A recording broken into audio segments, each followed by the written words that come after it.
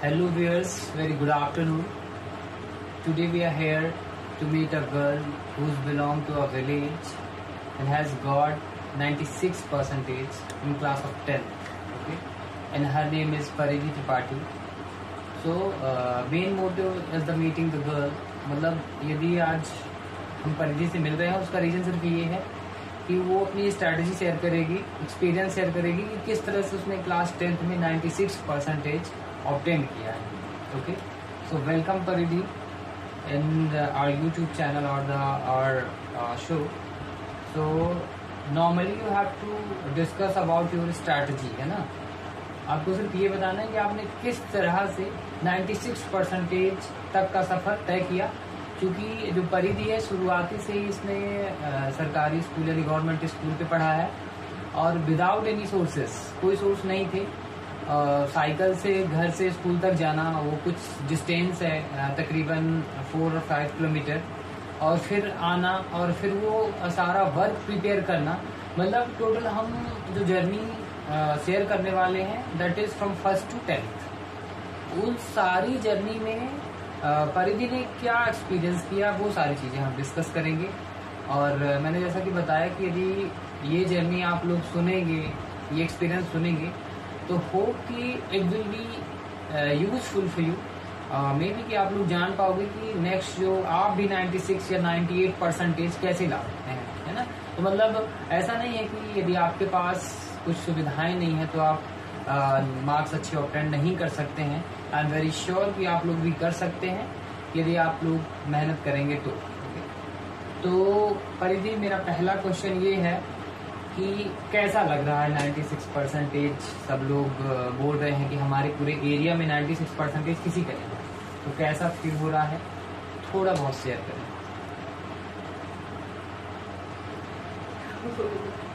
हाँ, तो बताओ कुछ बस वही कि क्या लग रहा है. अभी इनफ है तुम्हारे लिए, थोड़ा सा और लगता था कि नहीं मैंने और तैयारी की है और आ जाते. मेरे हिसाब से तो मुझे लग रहा था और आने चाहिए. बिल्कुल. तो किस सब्जेक्ट में आपको लग रहा था कि और ज्यादा मेरे मार्क्स कम हो गए हैं, मुझे और भी थोड़ा सा मेहनत करनी चाहिए थी. हिंदी में क्या स्कोर है?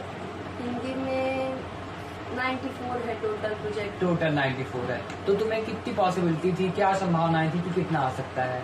हिंदी में एक ऑब्जेक्ट कर रखी हुआ था मेरा, तो उसके हिसाब से तो बस 1-2 नंबर कट रहे थे ना. और कट कितने गए? 6 नंबर. तो बिल्कुल एक प्रोजेक्ट बिल्कुल चला गया और बाकी तो समझ में नहीं आ रहा कि कहाँ. अच्छा. तो हिंदी बेसिकली कहाँ से तैयारी की थी? वैसे तो एनसीईआरटी बुक्स चलती हैं हर सब्जेक्ट की. एनसीईआरटी के बुक्स के अलावा कहाँ से पढ़ा था हिंदी तुमने? बस बुक्स और टीचर्स लोग पढ़ाते थे. तो कितने घंटे स्कूल में अपन देते थे हिंदी के लिए? 40 मिनट. 40 मिनट हिंदी का पीरियड, है ना. तो उसके अलावा कोई टाइम मिलता था कि स्कूल में भी थोड़ा और हिंदी देख लें, ऐसा कुछ? नहीं, ऐसा तो कुछ नहीं था, पर डेली सब सब्जेक्ट पढ़ते थे तो उसमें भी हिंदी डेली. अच्छा. मतलब हिंदी फेवरेट सब्जेक्ट भी जनरली होता है यदि हम हिंदी मीडियम वाले हैं तो, राइट. तो अभी 6 नंबर जो कट गए हैं तुम्हारे, तो लगता है कि मैंने कहाँ कमी की, कुछ समझ में आ रहा है? अब राइटिंग पे हो सकता है. नहीं, राइटिंग तो तुम्हारी बेस्ट है, ये तो मैं जानता हूँ. राइटिंग पे तो बिल्कुल नहीं हो सकता है. तो कोई क्वेश्चन शायद ज्यादा उसमें नंबर आए हो और मैंने उसको छोटा लिखा हो, बट मेरे हिसाब से तो प्रॉपर गए हैं. हाँ, है ना. तो अब यदि कॉपी भी तुम खुलवाना चाहोगी तो थोड़ा सा ये हो जाएगा कि कॉपी खुलवाएंगे तो फिर एक लंबा प्रोसीजर हो जाएगा, है ना. बाकी यदि लिख के आई हो तो नंबर पूरा मिलता है. कॉन्फिडेंस के साथ रहना. और हिंदी के अलावा बात करेंगे संस्कृत की, है ना. तो संस्कृत में कहाँ से सोर्स था? स्कूल और घर के अलावा कोई और सोर्स था क्या संस्कृत का? नहीं, उसमें भी बस टीचर थे, स्कूल वाले टीचर. हाँ, वो बहुत अच्छे पढ़ाते थे. तो जैसे स्कूल में मैंने कई बार ये देखा कि बुक के अलावा दूसरी चीजें भी, वो पेपर्स वगैरह कुछ सेट वगैरह. हाँ, बिल्कुल डेली कराते थे. और बहुत मतलब डेली क्या कराते थे? डेली प्रैक्टिस कराते थे. पुराने पेपर जो पिछले साल क्वेश्चन आ चुके हैं और भी सेट पेपर आए थे तो उनकी तो सेट पेपर ये स्कूल की तरफ से आते थे कि सर लोग खुद अपने सिलाते थे? वो स्कूल की तरफ से, ये पूरा गवर्नमेंट की तरफ से आते थे. हाँ. तो उसकी प्रैक्टिस कब से होने लग गई थी? मतलब हम लोग का कोर्स बहुत जल्द हो गया था संस्कृत का। हाँ। तो उसके बाद सर जो परीक्षा दिन में पेपर रहते हैं पीछे और आगे भी रहते हैं अभ्यास के लिए, तो वो डेली प्रैक्टिस कराते थे। तो संस्कृत की तो बहुत ज्यादा प्रैक्टिस आती थी क्लास में। संस्कृत में क्या था स्कोर आपका? संस्कृत में टोटल 98।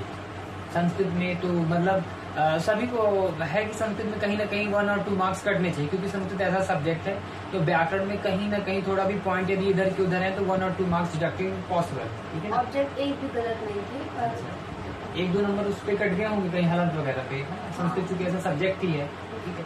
संस्कृत के बाद आते हैं सामाजिक विज्ञान पे। सामाजिक विज्ञान वाले सर तो ना तुम्हारे बहुत अच्छे हैं और बहुत डिटेल में पढ़ाते हैं, तो वाकई सबसे पहले तो थैंक यू फॉर सर। और अब डिस्कस करते हैं कि सामाजिक विज्ञान का जो है, सामाजिक विज्ञान के भी क्या इसी तरह से सेट लगवाते थे, बाहर से सेट आते थे, क्या स्ट्रैटेजी थी? कब से तुम लोग का सिलेबस कब कंप्लीट हो गया था स्कूल में? हम लोग का सिलेबस 2-3 महीने पहले ही हो गया, मतलब एग्जाम से 3 महीने पहले हो गया था? 2 महीने पहले। बिल्कुल। और फिर उसके बाद क्या तुम लोग? बस प्रैक्टिस कराते थे। 4 बुक थी, तो 4 बुक कौन कौन सी? हिस्ट्री, पॉलिटी और जियोग्राफी और इकोनॉमी, है ना? ठीक है। तो इन चारों बुक्स के लिए क्या टेस्ट का क्या रहता था कि मतलब ये बुक्स से ही टेस्ट करवाते थे कि ये भी बाहर से पेपर वगैरह मंगवाते थे? नहीं, वो पता बुक से ही कराते थे। और मतलब जैसे एक बुक को मतलब पहले उसके 2 लेसन कंप्लीट करते थे। हाँ। फिर दूसरी बुक के अच्छा, मतलब 2 पर सब्जेक्ट? हाँ, 2 चैप्टर पर सब्जेक्ट। तो फिर उनके टेस्ट लेते जाते थे या फिर मतलब लास्ट में टेस्ट? नहीं, टेस्ट तो हर मंथ होता था। अच्छा, टेस्ट हर मंथ वो अलग होता था। हम बात यहाँ कर रहे हैं जब सिलेबस हो गया, अब उसमें से 2 चैप्टर की टेस्ट, 2 चैप्टर की टेस्ट कराते थे या 1? पहले 2-2, फिर एक बुक का। अच्छा। फिर 2 साथ में। अच्छा। फिर लास्ट में पूरा इन्होंने एक पेपर भी बनाया था। हाँ, सर ने खुद बनाया था। मतलब मेन एग्जाम के लिए। हाँ, और बहुत टेस्ट होते थे। अच्छा, और सर के टेस्ट के अलावा दूसरी चीजें जैसे कई बार होता है गैस पेपर होते हैं, परीक्षा अध्ययन होती है, बहुत सारे प्रीवियस, उनमें से किसको चूज किया तुमने? घर पे स्कूल के अलावा घर पे क्या तुम एक्स्ट्रा करती थी जो स्कूल पे नहीं होता था? मैंने परीक्षा अध्ययन में सबसे कुछ से भी नहीं पढ़ा परीक्षा का अध्ययन तुमने खरीदी थी क्या? नहीं खरीदी थी। तो व्यूअर्स आप लोग सुन रहे हैं, परीक्षा अध्ययन पर इन्हें बिल्कुल नहीं ली थी और उसका जो टोटल था स्कूल था सोर्स, है ना? तो वाकई स्कूल भी अच्छा है और हमें भी ध्यान देना चाहिए कि स्कूल में सारी चीजें करा रहे हैं तो खुद से लेने का तो कोई फायदा नहीं, कोई मतलब नहीं है।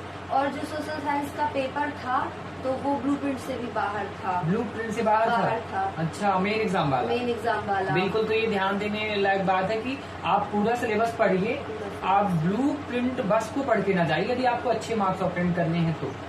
इस बार पेपर सोशल साइंस का थोड़ा टफ था। हाँ। मतलब जो पढ़ा था उससे अलग ही आया था, जैसे ब्लूप्रिंट से बाहर था। अच्छा। और कुछ कोर्स से हटा देते हैं उससे भी आ गया तो हाँ, ये होगा सोशल साइंस में यार सारी चीजें आ जाती, सोशल साइंस में चारों सब्जेक्ट, तो वो ऐसा हुआ होगा कि बुक से क्वेश्चन ना आके बाहर से कर दिए होंगे, बट वो रिलेट रहा होगा सब्जेक्ट। बुक से था क्वेश्चन जिन लोगों ने परीक्षा।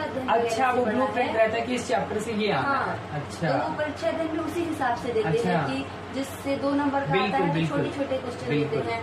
अब जो मैप वाला था उससे सिर्फ मैप आना था, पर उससे 4 नंबर का क्वेश्चन आया। अच्छा। बड़ा क्वेश्चन आया। हाँ। तो उससे बहुत लोगों को लॉस हो गया, जबकि हमारे सर ने सब कुछ पढ़ाया था, तो हम लोग को उससे दिक्कत नहीं। तो क्या मार्क्स था उस पर? क्या स्कोर? 95। बहुत अच्छे मार्क्स थे, है ना? 95 तब थे जबकि आउट ऑफ सिलेबस भी थी चीजें, मतलब ब्लूप्रिंट के अलावा। तो मे बी आपको यहाँ से ये सीखने को मिल रहा है कि आप पूरा बुक देखिए यदि आप अच्छे मार्क्स ऑब्टेन करना चाहते हैं तो। विज्ञान का क्या था?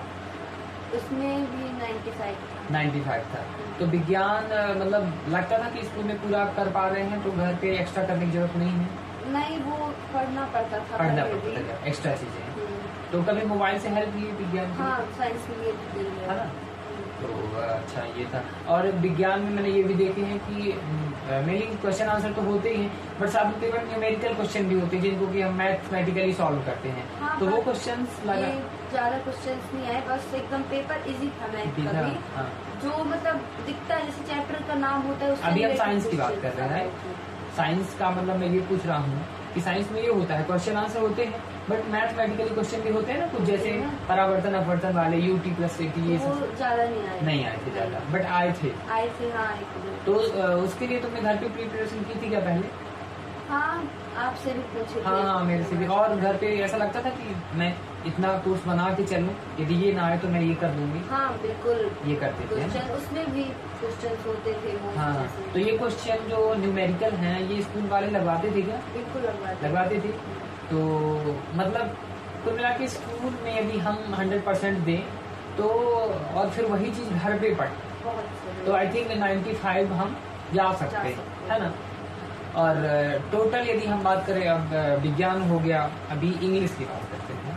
तो इंग्लिश में जैसा मैंने देखा था कि टीचर चेंज भी हुए थे ना, तो थोड़ा सा अप्स एंड डाउन आए, बच्चे थोड़ा सा टेंशनाइड हो गए थे कि इंग्लिश कैसे कवर अप करेंगे, राइट। स्टार्टिंग में एक मैम आई इंग्लिश में, फिर उनका ट्रांसफर हो गया तुरंत ही। हाँ। कुछ एक आध 2 महीने हाँ। बाद। उसके बाद तो हमारे स्कूल में कोई टीचर ही नहीं थे। तो मतलब उस टाइम पे फिर कैसे इंग्लिश स्टार्ट किए? बस हो गया, खुद से पढ़ते रहे और गाइड वाइड तो कुछ थी नहीं। बिल्कुल। तो हो गया ऐसे ही, थोड़ा खुद से पढ़ा, जो मैम करा गई। मतलब 2 महीने कोई टीचर नहीं थे? कोई टीचर नहीं थे।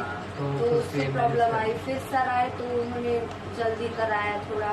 हाँ, वो उनके आने से बहुत फर्क पड़ा हमारे इंग्लिश पे, पर काश पहले आ जाते ज्यादा सही होता।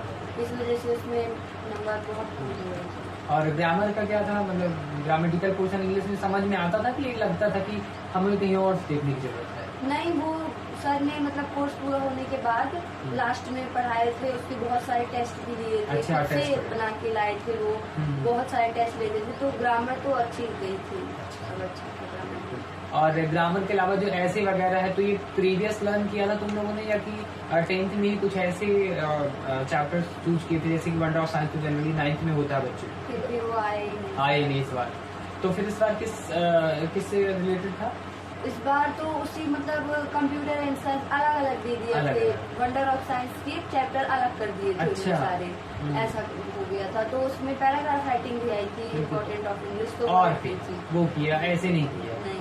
तो कितना था इंग्लिश पे स्कोर? 86। इंग्लिश पे बहुत कम हो, बल्कि इंग्लिश पे तुम लोग के यहाँ भी पढ़ाया जाता था थोड़ा बहुत कोचिंग में भी, मतलब टेंसेस पढ़े थे, ग्रामर भी पढ़ाई थी आपने। तो टेंस तो 1-2 आए थे, पर ग्रामर, आपकी ग्रामर से बहुत हेल्प हुई। तो मेरी इंग्लिश में कहाँ मार्क्स कटा समझ में आ रहा है? मतलब एंसीन पैसेज में थोड़ा डिफिकल्टी गई? पैसेज हाँ ठीक गई थी, पर पैसेज भी 2 गलत हो गए थे, उसमें ऑब्जेक्ट गलत हो गए थे पैसेज के। और थोड़ा क्वेश्चन आंसर मतलब आए तो थी, पर थोड़ा अजीब थे, मतलब बुक से अलग थे। अच्छा, क्वेश्चन आंसर कहाँ से पढ़ते थे इंग्लिश से? क्वेश्चन आंसर बुक से ही पढ़ते थे।